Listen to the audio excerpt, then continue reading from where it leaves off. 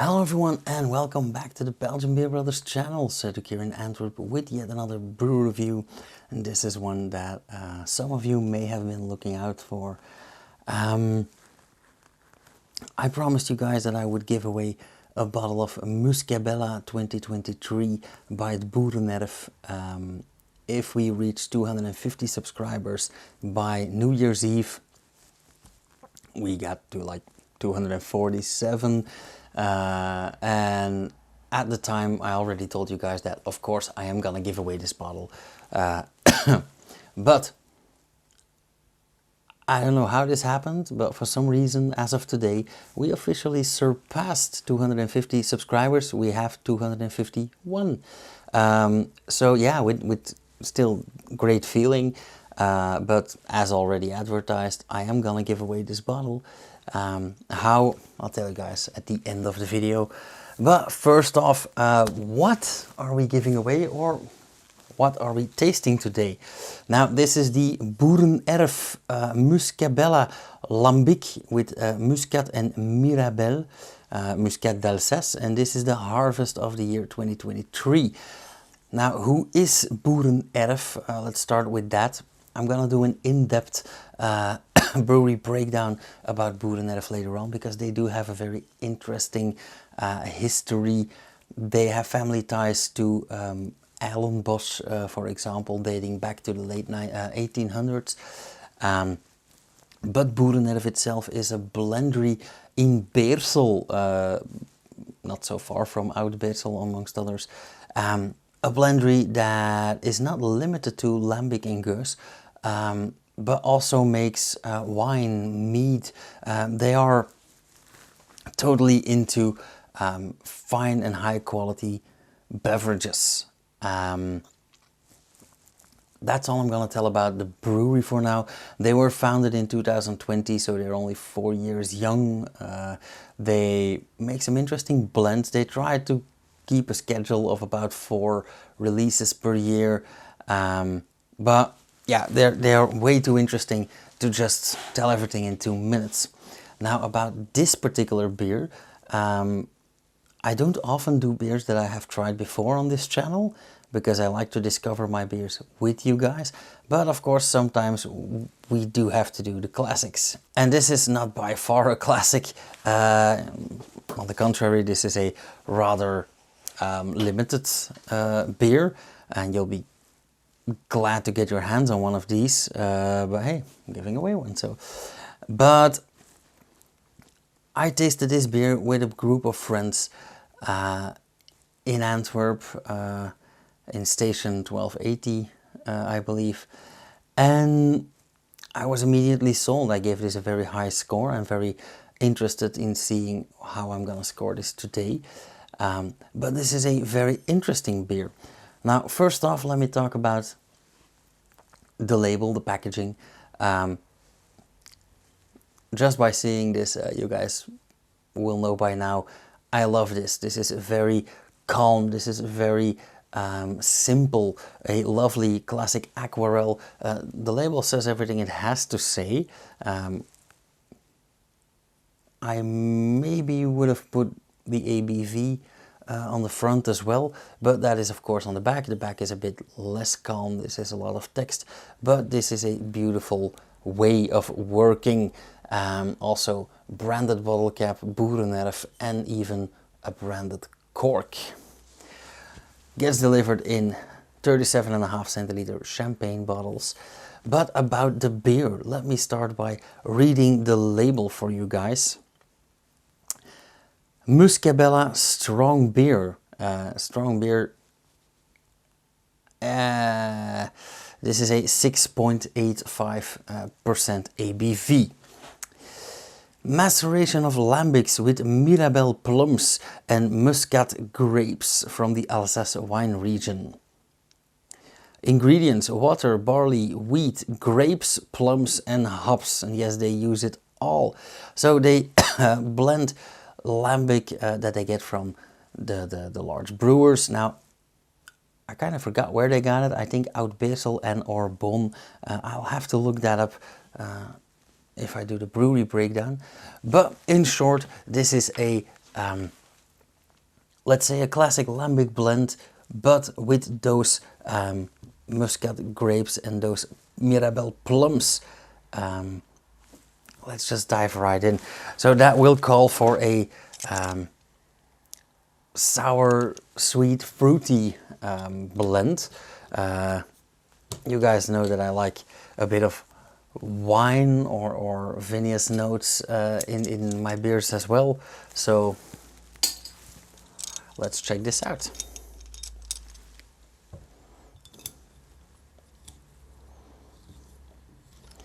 And this has a classic cork.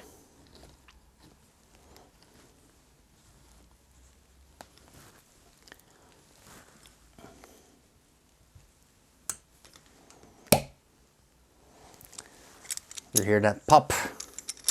You see this vapor escaping.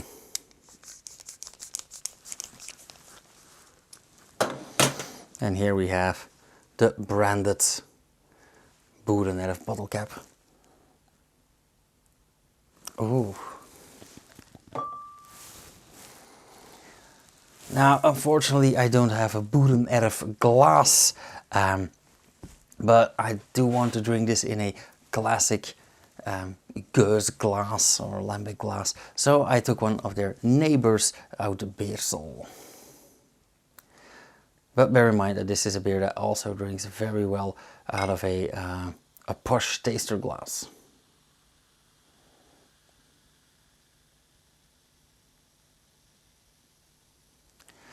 In terms of carbonation, for a lambic, let's say high. And it's not done yet. Look at all this bubbling going on. This is very, very highly carbonated, but of course, yeah, this keeps working in the bottle. Color-wise, a very typical lambic color, straw yellow,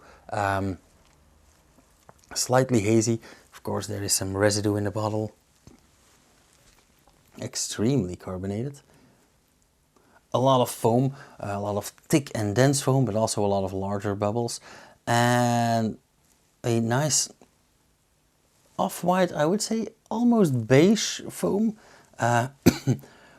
Foam that I would expect in a darker beer for some reason.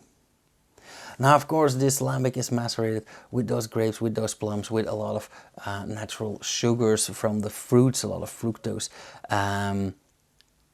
This yeast is having a party.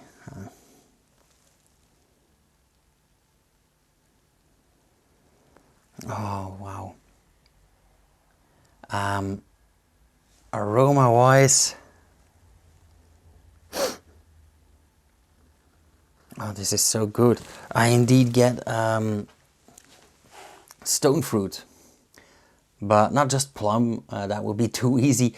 Plum, peach, or nectarine. So a bit of sour, a bit of sweet. I get some pineapple in there. But also green grapes or white grapes, whatever you want to call them. Sweet grapes. At the same time, a bit of straw, a bit of hay. Acidic. Sharp, but not extreme.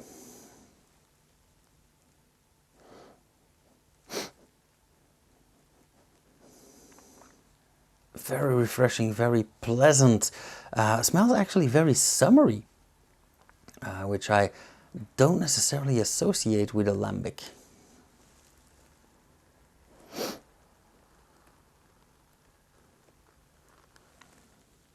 Yeah, and a lot of those classic Geus scents are in there as well.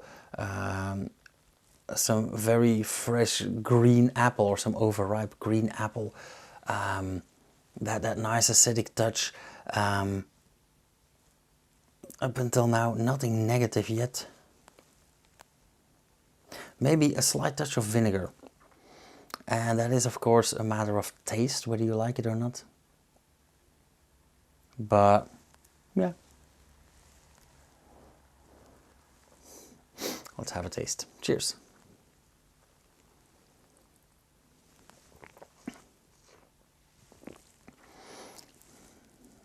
Oh wow. It's a bit more sour than I remember. But it's not disturbing. It's not in a way. It is actually more refreshing as well. I think with maturing a few months that this has gotten exactly what the word says, a bit mature.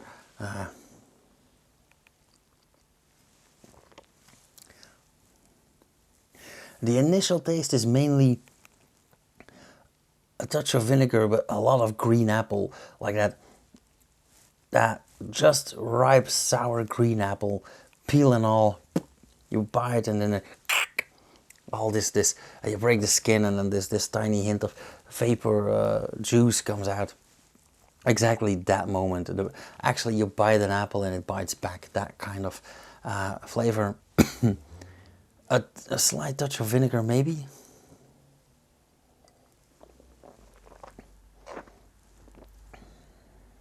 Also in the taste, a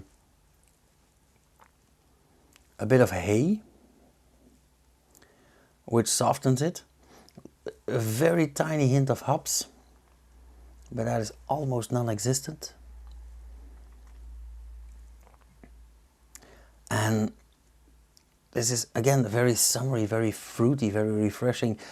Fruity, just like I said earlier, pineapple, a bunch of pineapple, a bit of stone fruit, like I said, some peaches, but not as much as in the aroma.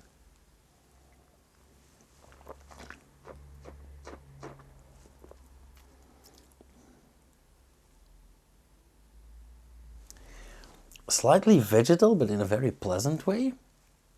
And there's a sentence I never expected me to say. But I do get a bit of leafy greens, for example. And then, of course, the pièce de résistance, those grapes, that Muscat grape, that Alsace, it is very vinous. This reminds me of a dry Chardonnay. Bear in mind, if I'm saying stupid things, I don't know a shit about wine. But that is what it reminds me of. And yeah, this just works so well together. I think the only thing that I could say about this beer is maybe I would have liked a bit more grape. But that's just personal preference.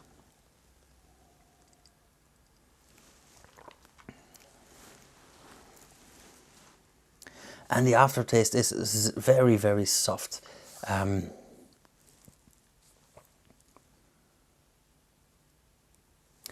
The aftertaste is just a bit fruity, a bit of apple, a bit of hay, hops, and not that much acidity actually, considering that this is a very sour, very acidic beer.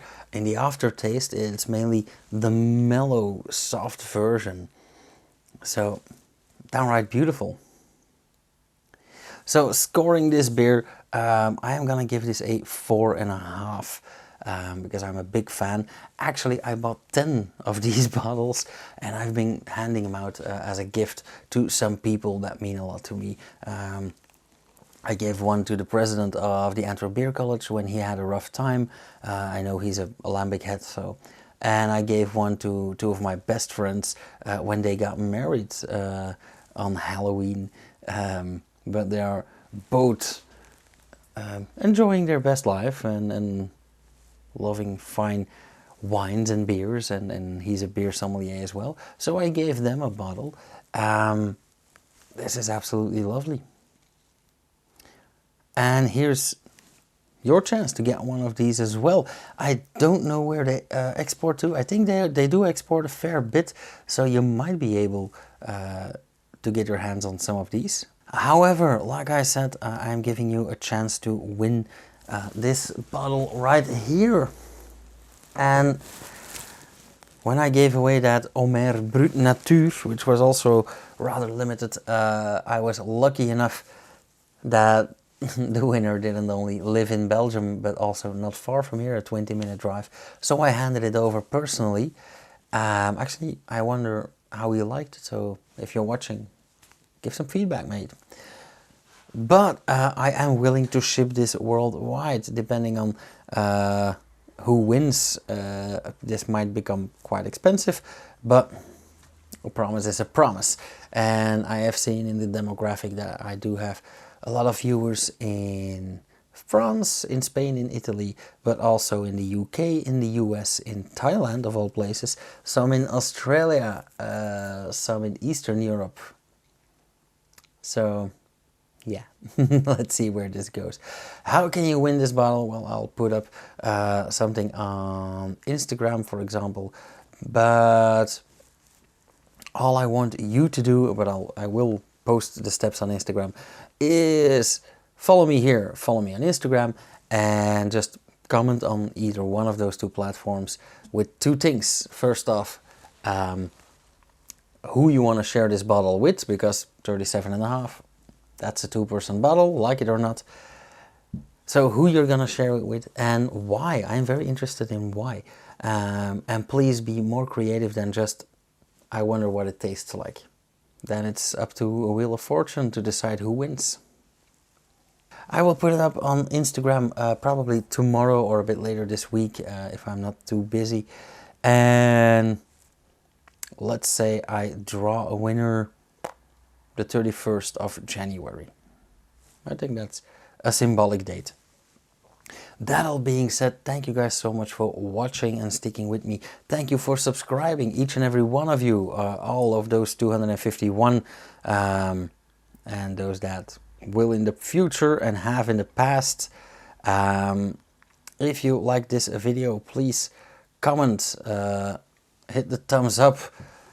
If you want to see more, well, subscribe, of course, and you'll get notified whenever I upload something, just as long as you hit that bell icon. And I will see you guys again probably tomorrow with another brew review. Cheers.